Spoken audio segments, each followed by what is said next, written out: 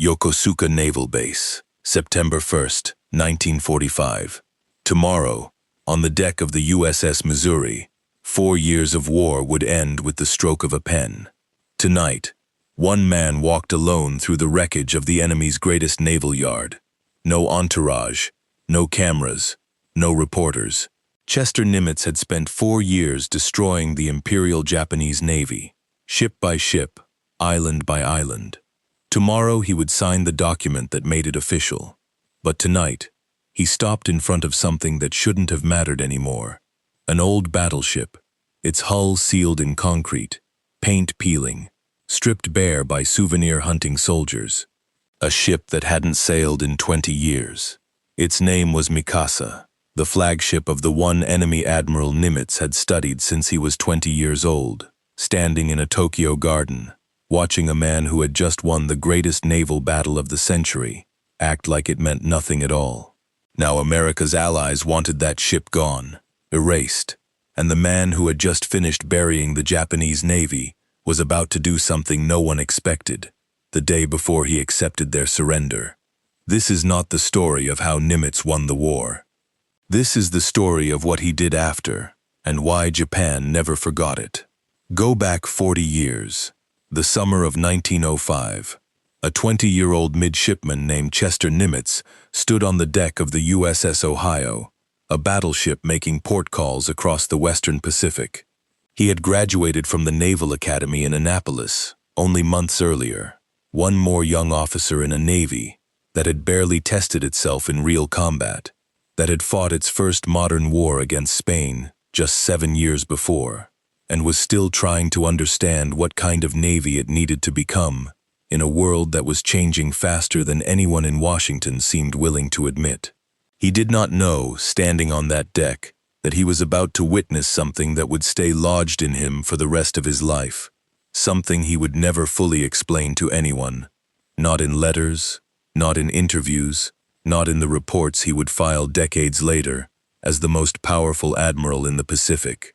The Emperor of Japan was hosting a garden party. It was a celebration, and everyone in that garden understood exactly what was being celebrated. A few weeks earlier, in the narrow strait between Japan and Korea, the Imperial Japanese Navy had done something no Asian power had ever done to a European one in the modern era. It had met a European fleet in open battle and annihilated it. The ships had come from the other side of the world. The Russian Baltic fleet had sailed 18,000 miles, 7 months at sea, around the coast of Africa, across the Indian Ocean, all the way to the waters near Japan, hoping to reach the port of Vladivostok and reverse the course of a war that was already going badly for Russia on land. A man named Heihachiro Togo was waiting for them. Togo was 57 years old that summer. He was not a man who had arrived at his rank through birth or connections. He had spent 7 years as a young officer studying in England, learning naval science from the country that still, in those years, commanded the largest and most sophisticated fleet on Earth. He came home and applied everything he had learned with the same patience the Japanese military brought to anything it decided was worth mastering completely. On the morning of May 27, 1905, the Russian fleet appeared out of the haze, exhausted from months at sea, its hulls fouled, its crews worn thin by the voyage, before they had fired a single shot. Togo gave an order that naval officers would study for the rest of the century. He turned his line of ships directly across the head of the Russian column, a maneuver that let every gun on every Japanese ship fire at once, while the Russians in front of the column could only answer with their forward guns. It was called crossing the T. It worked exactly the way it was supposed to work. By the time the guns went quiet, 21 Russian warships were sunk. 6 more were captured. What had been one of the largest fleets ever assembled by a European power no longer existed as a fighting force in the Pacific. It had taken 2 days. Smoke had hung over the strait so thick that spotters on shore lost sight of the horizon. Men who survived the sinkings spent hours in cold water, waiting for boats that were not always coming. The Russians had crossed half the world to reach that strait, and in the space of a single morning, and the night that followed, Almost none of what they had brought with them was left afloat. That was the man standing in the garden that Chester Nimitz had been sent to observe. And what struck the young American was not what Togo had done. Every officer in that garden already knew what he had done. What struck Nimitz was how Togo behaved now that it was over. He moved through the crowd without ceremony. He was talking with a group of young American officers, and he was laughing easily, like a man who had nothing left to prove and no interest in pretending otherwise. There was no performance in it, no message being delivered for the benefit of the foreign observers standing nearby. He talked the way a man talks when the work is finished, when the record already speaks for itself, and there is no longer any reason to be anything other than exactly what you are. Nimitz never wrote down what was said in that conversation. No diary entry survived, if one was ever written at all, but the image did not leave him. You can tell, because of what happened 3 months before that garden party, in a hospital on the other side of Japan, and because of what Nimitz did with that image 29 years later. In June of 1905, a Russian officer named Zinovy Rozhestvensky lay in a naval hospital in the port town of Sasebo. He had commanded the Baltic fleet on its long, doomed voyage across the world, and he had been found unconscious aboard a destroyer during the final hours of the battle, wounded, barely alive, transferred to a hospital ship, and carried ashore under guard. He would survive. He would be sent home to Russia. He would spend the rest of his life trying to explain, in writing, in testimony, in the quiet hours no one else witnessed, what had happened to his fleet in that strait, and whether any of it could have gone differently. But in June of 1905, he was a beaten man in a hospital bed, in the country of the enemy, who had beaten him. And Togo came to see him. He walked into the ward. He sat down beside the bed. He took the Russian admiral's hand in his own, and he said words that would be written down and repeated for generations afterward. Defeat is an accident common to every fighting man. There is no cause for shame in it, if you have done your duty. There was no ceremony attached to that visit, no press conference, no official statement. It was recorded briefly in the newspapers of the time, and then it was forgotten by almost everyone who read about it. One officer visiting another officer who had been wounded in the battle between them. Whatever else passed between those two men in that room stayed in that room. Nimitz knew about that visit. He had studied Togo the way officers of his generation studied the men who had changed naval warfare, not only the tactics at Tsushima, not only the maneuver that ended a fleet in 2 days, but what the man had done once the shooting stopped. The hospital visit. The words at the bedside of a man he had just defeated. He had been paying attention since he was 20 years old, standing in that garden, watching an old admiral behave as though winning the greatest naval battle of the century was not, in the end, the most important thing that had happened that year. In 1934, Togo died. He was 86 years old. Japan gave him a funeral built for a national hero, the kind of send-off a country reserves for the handful of men it decides to build its identity around. Chester Nimitz, by then a captain, with a career and a schedule that did not leave room for casual travel overseas, made the trip to Tokyo anyway. He attended the public funeral. Then he went to the smaller, private service held for family, a service that required no diplomatic invitation, no order from the Navy Department, nothing but a decision that he wanted to be there. He never explained why, not publicly, not in any record that survives. He did not have to. Some things settle into a man early and stay there through every promotion, every command, every year that follows, waiting for the moment they are needed again. That moment came 11 years later, on the 1st of September, 1945, in the ruins of a naval base called Yokosuka. By then, Chester Nimitz was 60 years old, and he had spent nearly 4 years doing to the Imperial Japanese Navy exactly what Togo had once done to the Russians, only slower, across a wider ocean, one island and one convoy, and one carrier strike at a time. Tomorrow, on the deck of the USS Missouri, the papers would be signed, and the war would end in the history books. Tonight, he was walking alone through what remained of Japan's most important naval installation, past the docks and the dry docks and the repair yards that had once kept the enemy's fleet in the fight, and he stopped in front of something that should not have mattered to anyone anymore. A ship, if it could still be called that, sitting on dry land at the harbor's edge, its hull sealed in concrete, its paint peeling from the superstructure. American soldiers had already been through it, stripping out clocks and instruments and anything small enough to carry home as a souvenir. It had not been to sea in more than 20 years. Its name was Mikasa. Nimitz stood in front of it for a long time.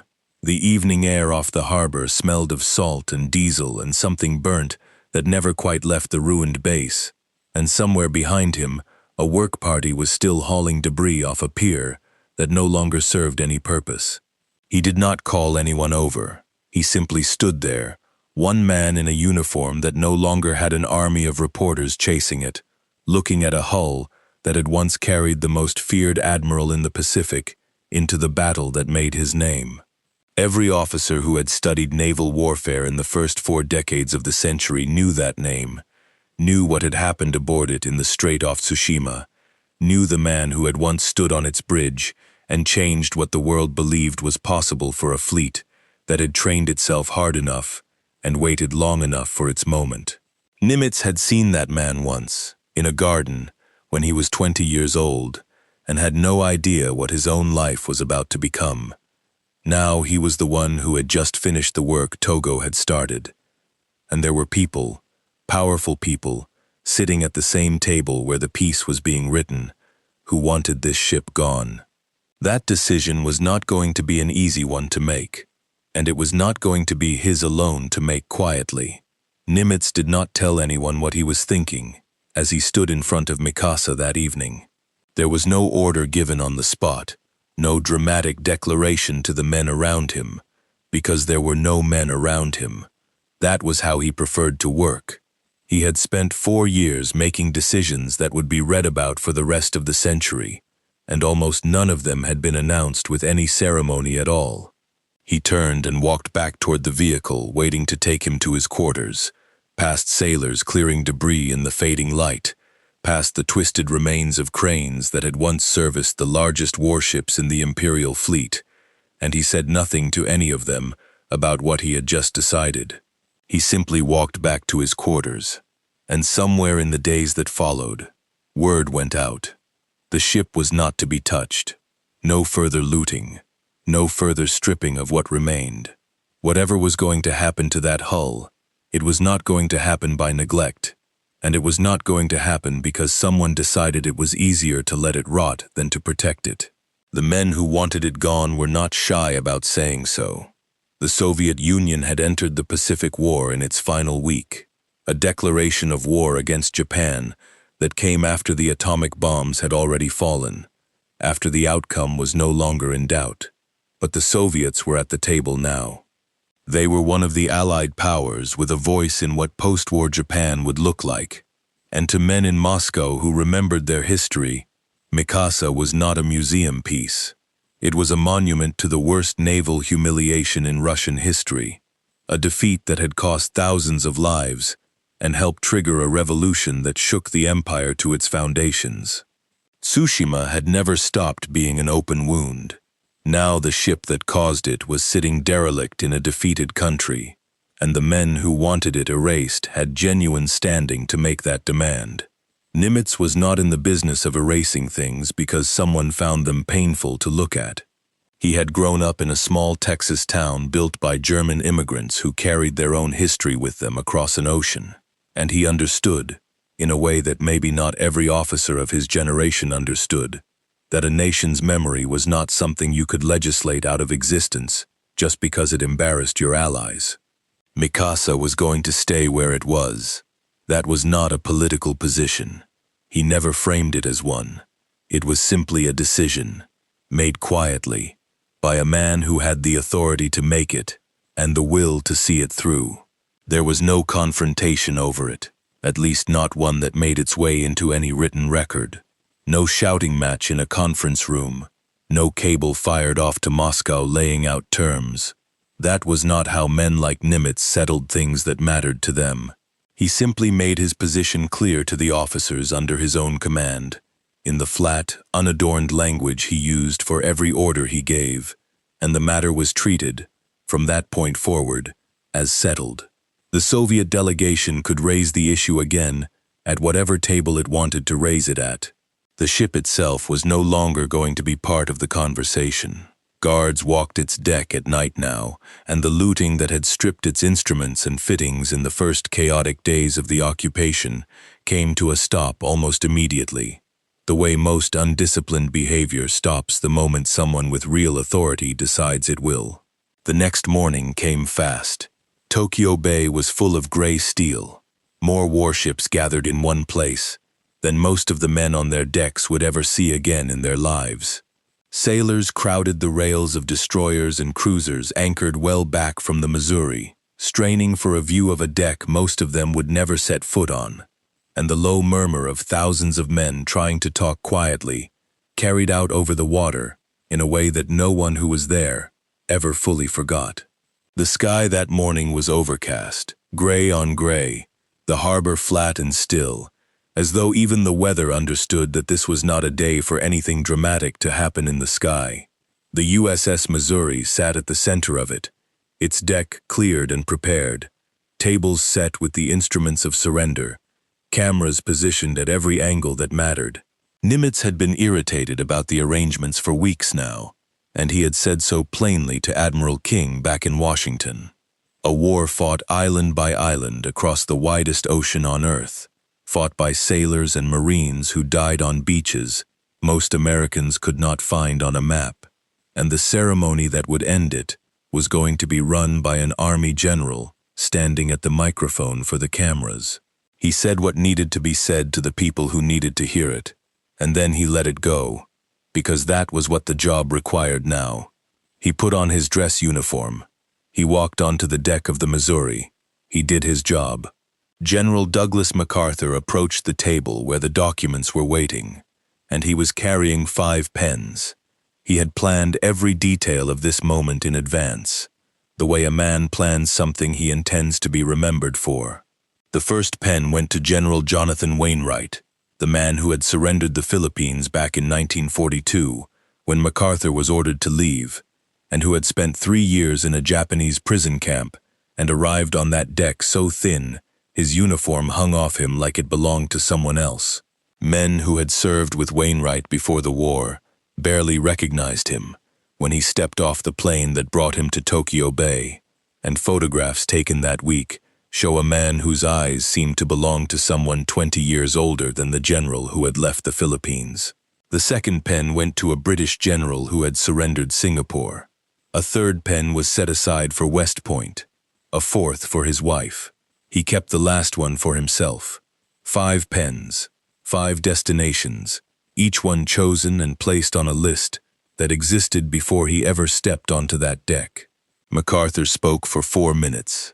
His voice carried across the deck through loudspeakers rigged for the occasion, and men standing on ships hundreds of yards away could hear every word of it drift out over the water. Then the Japanese delegation signed, men in formal dress standing stiff and silent in front of the cameras of the nation that had just defeated them, their faces giving away nothing to the photographers straining for a reaction that never came. Then it was Nimitz's turn. He had 1 pen, a green Parker fountain pen, unremarkable, the kind any officer might have carried in his breast pocket without a second thought. He signed his name and handed it back to an aide standing near the table. He stepped back. A correspondent covering the ceremony that day wrote, that evening, filing his story from a cramped press area set up on a neighboring deck, that Nimitz signed and withdrew so quickly it would have been easy to miss that he had been there at all. That was not an accident, and it was not modesty performed for an audience either, because there was no audience left there to perform it for. It was simply how the man operated, and it had always been how the man operated. The war was over. He had done what needed doing. There was no reason to make more of the moment than the moment actually required of him. MacArthur's aircraft lifted off toward Tokyo that afternoon. He had been named Supreme Commander for the Allied powers in Japan, and he would run the country from an office building in the middle of the city for the next several years, reshaping its government, its constitution, its entire relationship to the rest of the world. Japanese soldiers lined his motorcade routes with their backs turned outward, a gesture of respect the Imperial Army had once reserved for the Emperor alone. Crowds gathered along the roads he traveled, silent, watching a foreign general move through their capital the way no foreign soldier had ever moved through it before, not as a conqueror kicking down doors, but as a man who intended to stay and rebuild the place from the inside. The Japanese newspapers would eventually give him a nickname, the Blue-Eyed Shogun. It was not entirely meant as a compliment, and it was not entirely meant as an insult either. It was simply what he had become in their eyes, whether he intended it or not, a figure of near-total authority who occupied the palace of power without ever occupying the palace itself. Nimitz's aircraft turned the other direction, back toward Pearl Harbor, where a desk and a report were waiting for him. Several hundred pages, covering every major campaign of the Pacific War from December of 1941 to August of 1945. He wrote what had gone right and why. He wrote what had failed without naming the individual officers responsible for the failures, because that was not the purpose of the document, and he was not interested in settling scores on paper. He submitted it to the Navy Department. It received no press coverage. He never mentioned that to anyone either. It simply went into a filing cabinet in Washington, the official record of the largest naval campaign in human history, written by the man who had commanded it, read by almost no one outside the building where it was filed.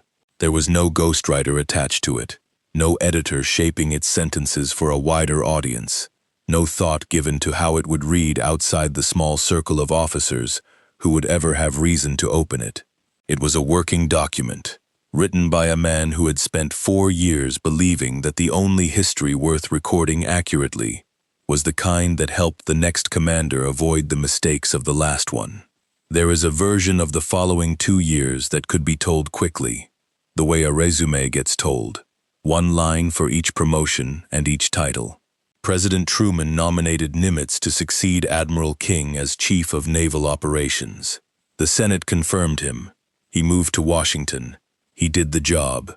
But the years themselves were not lived quickly, and the man who lived through them did not experience them as a resume.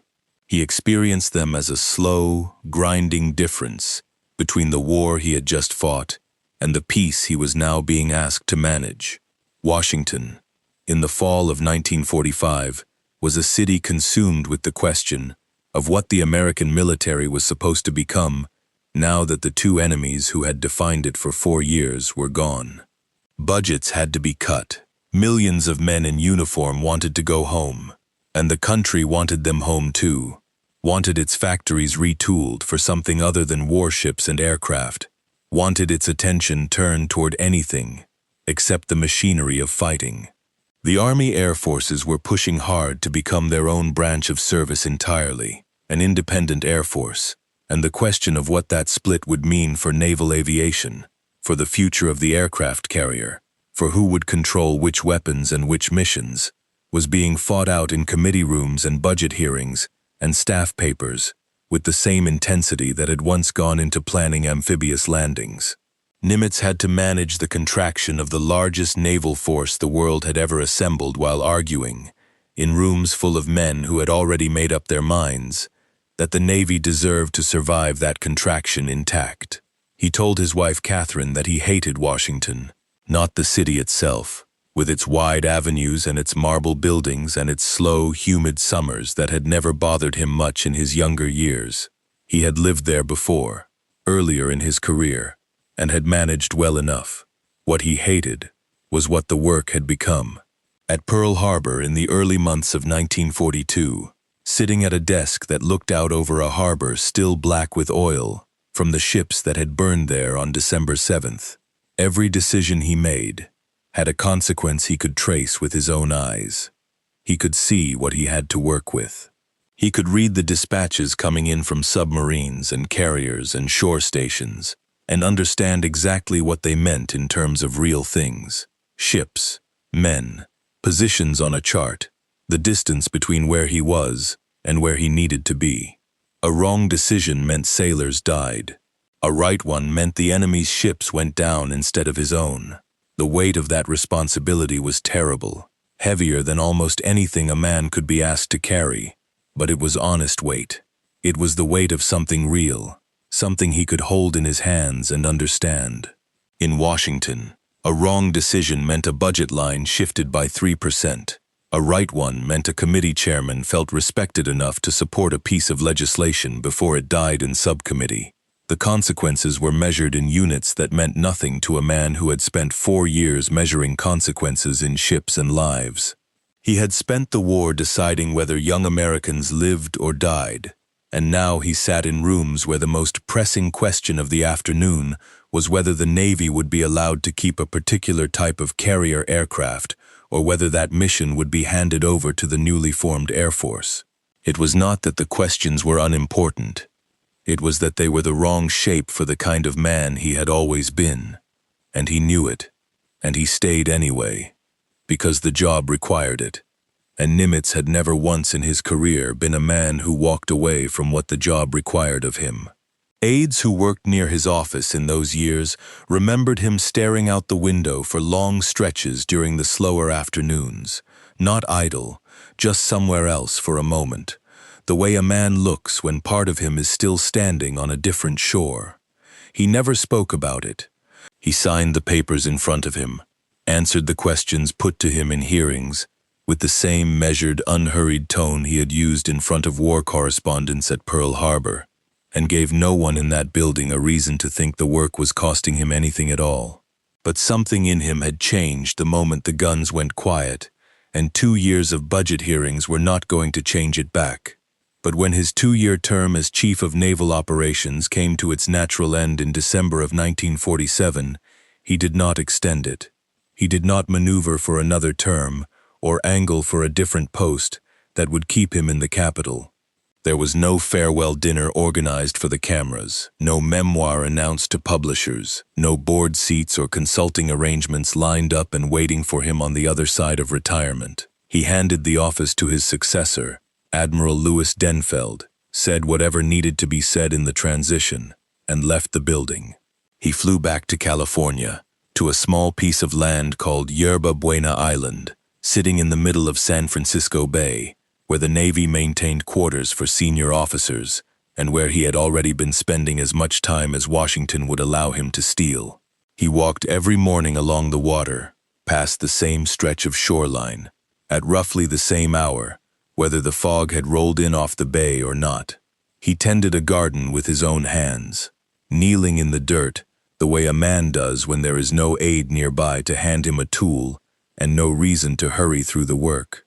He read, slowly and without any particular agenda, books that had nothing to do with naval strategy or fleet dispositions or the war he had just spent the better part of a decade fighting, and then explaining, and then trying to walk away from with some dignity and tact.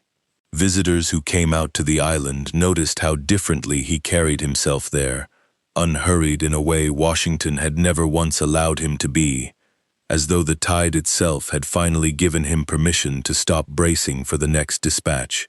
By nearly every account left behind by the people who knew him in those years, he was, for the first time in a very long time, at ease. He did not give speeches about what the war had meant, though plenty of men would have paid to hear him give one.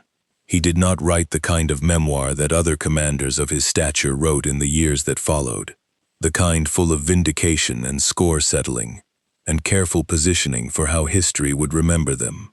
He simply lived on an island in the middle of a bay, close enough to the water that he could hear it from where he sat in the evenings, and he let the years pass without demanding that they be anything other than what they were. But the ship in Yokosuka was still sitting there, still deteriorating, slower now under guard than it had been in the chaotic weeks right after the surrender, but deteriorating all the same, the way anything left exposed to salt air and neglect eventually gives way to time, no matter how many orders are issued to protect it. Rain found its way into seams that had once been watertight. Rust bled down through the paint in long orange streaks that no one had the budget or the mandate to scrub away. Birds nested in sections of the superstructure that had once housed some of the most advanced naval equipment in the world. Concrete does not last forever. Steel does not hold its shape forever once the men who once maintained it are gone and the money that once flowed toward it has dried up. Nimitz had bought the ship time in 1945. He had not solved its problem. Time, by itself, was never going to be enough to save it. And everyone who cared about that ship, in Japan and in the small circle of American officers who understood what it represented, knew that eventually something more than a guard detail was going to be required.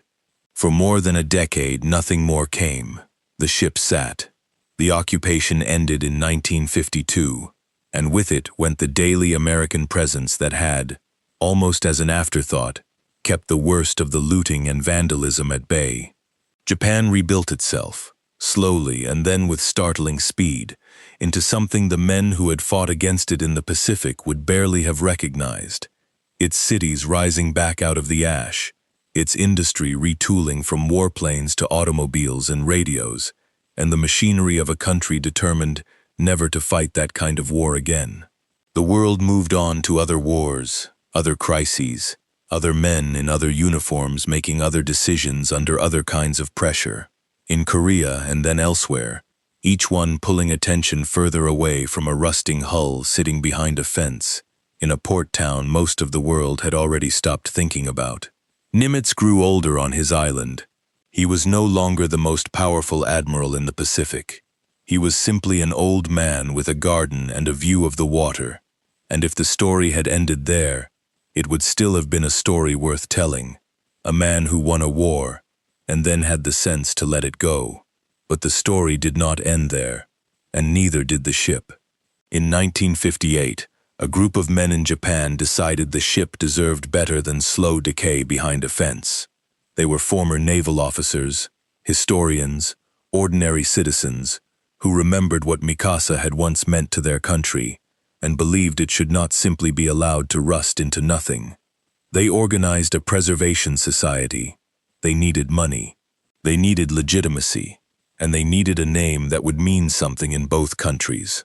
A name that would tell contributors on both sides of the Pacific that this was not an attempt to glorify a war that had ended in catastrophe, but an attempt to preserve a piece of naval history that belonged to everyone who studied it. Eventually, after weighing who among the surviving American officers might actually answer, they wrote to Chester Nimitz in California. He was 72 years old by then, long retired, spending his days on Yerba Buena Island the way he had for a decade, walking, gardening, reading. He had no obligation to answer that letter. No one in Washington was going to ask him why he ignored it. No treaty required his involvement.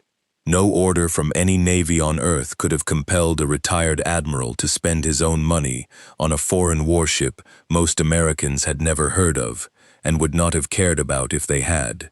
He wrote a check. His own money, from his own account, the first American contribution to the Mikasa Restoration Fund. And then he did something that mattered even more than the check itself. He put his name to the effort publicly, lent his reputation to it, and that single act brought other American contributors behind him almost immediately. Men who would never have given $1 to restore a Japanese battleship gave money because Chester Nimitz had decided it was worth doing. And if he believed that, most of them were willing to trust his judgment on it. The restoration took nearly 2 years. Engineers had to rebuild sections of the hull that had rotted through. Historians worked to restore the ship's fittings and armament to something close to their original condition, tracking down photographs and blueprints and, in some cases, the original manufacturers in England who had built the ship's fittings more than half a century earlier. Craftsmen who had never worked on anything like it before learned, piece by piece, how a pre-dreadnought battleship from the turn of the century had actually been built. On May 27, 1961, the 56th anniversary of the Battle of Tsushima, The same battle that had made the ship famous and infamous, depending entirely on which side of the strait you had been standing on, Mikasa reopened as a museum. They placed a statue of Togo on the grounds beside it, the man who had stood on that very bridge, the man whose face a 20-year-old American midshipman had once studied across a crowded garden in Tokyo, 56 years earlier, almost to the day. The ship is still there now. It sits just outside the gates of Commander Fleet Activities Yokosuka, the largest American naval installation in the Western Pacific, home port to the United States 7th Fleet. The nation that spent 4 years trying to sink every ship the Imperial Japanese Navy possessed now keeps its primary naval presence in the region within sight of the bridge where Togo once stood and changed the shape of the 20th century. Every year on the anniversary of the battle, the commander of United States Naval Forces Japan goes aboard Mikasa for a memorial ceremony, standing alongside officers of the Japan Maritime Self-Defense Force. Two navies that once tried to destroy each other completely, standing together on the deck of a ship that one of them built and the other helped save from disappearing. Nimitz did not arrange that outcome deliberately. He was not thinking, in 1958, about what a ceremony would look like 60 years later. He was thinking about a ship and a decision, and what the right thing to do was in front of him at that moment. But the outcome exists now, and it stands in Yokosuka to this day, built on nothing more than a check an old man wrote because he remembered something he had seen when he was 20 years old. There is a small town in the Texas Hill Country called Fredericksburg, settled by German immigrants in the 1840s, a town of stone buildings and quiet streets that still does not look like anywhere else in the state. Chester Nimitz was born there in 1885. His grandfather had run a hotel on the main street shaped like the prow of a ship, complete with a wooden bridge built onto the roof, and the family had roots in that town that went back generations before Chester ever left it at 16 to seek an appointment to the Naval Academy. After the war, the town built a museum in his name, centered around his grandfather's old hotel, telling the story of the Pacific Campaign and the man who had commanded it. And then, on May 8, 1976, something was dedicated on the grounds of that museum that had never been there before. A Japanese garden. Not a small decorative corner, but a full and carefully built traditional garden. Stone lanterns, a koi pond, plantings arranged with the kind of patience that takes years to get right. The Japanese government had supported its construction. Japanese citizens had contributed to its cost. Japanese craftsmen had traveled all the way to a small town in the Texas Hill Country to build it with their own hands. They called it the Garden of Peace. It was a gift, offered without any request attached to it, offered simply because the people who built it believed the man that town was named for had earned it. Chester Nimitz had died 10 years earlier, in February of 1966, at the age of 80. He never saw the garden. He never knew it was coming.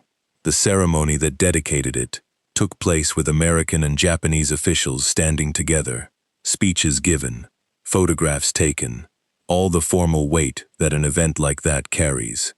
The man being honored had been gone for a decade. His grandfather's old hotel, the one shaped like a ship, still stood on Main Street, exactly where it had stood since before Chester was born, and the garden built beside it is still there today. Anyone who drives through Fredericksburg can walk through it.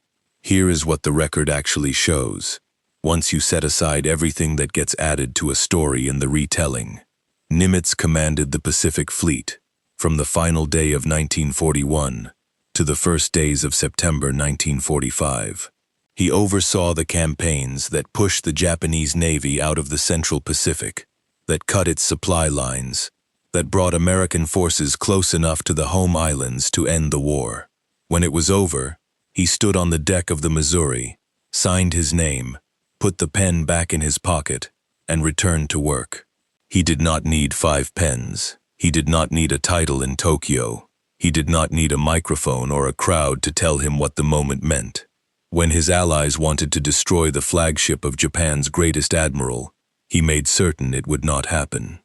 When a group of Japanese citizens needed someone to write the first check toward saving it for good, he wrote it. When Washington wanted to keep him behind a desk for the rest of his career, he did the job for 2 years, and then went home to walk beside the water for the rest of his life. And in a small town in the Texas Hill Country, on land his family had known since before he was born, the people of the nation he had spent 4 years fighting built him a garden he never lived to see. It would be easy to read all of this and decide that Nimitz was simply a gentle man, a forgiving one, someone who felt sorry for Japan and wanted to help it heal. That is not what the record actually supports. The record shows a man who sent submarines to strangle Japan's supply of food and fuel, who authorized campaigns that killed tens of thousands of Japanese sailors and soldiers, who fought 4 years of war with one purpose only, to defeat the enemy in front of him as completely and as quickly as it could be done. He was not gentle about any of that, and he was never supposed to be. That was the job, and he did it without flinching. What he was, instead, was finished when it was finished. That is a different thing entirely, and it is rarer than most people assume. Some men need to stand on the battlefield long after the fighting has ended. They need the monuments built in their own image, the flags, the ceremonies, the chance to keep pointing to the place where they once stood. Nimitz came home from the largest naval war in history and left behind, in his own country, a museum about the war itself, not about the man who won it. He left behind, in the country he had defeated, a ship that belonged to someone else, a ship he chose to save simply because he remembered a garden in Tokyo when he was 20 years old, and an old admiral who had won everything there was to win, and still found no reason to act like it. If you had a father or a grandfather who served in the Pacific, on a ship, in a submarine, on a beach somewhere that never made it into the history books, this is the moment to say his name. Leave it in the comments. The branch, the theater, whatever you still remember. Because the men in this story did not fight for the monuments. They fought so that the people sitting where you are sitting right now would never have to. The least any of us can do is say their names out loud and make sure none of them are allowed to disappear.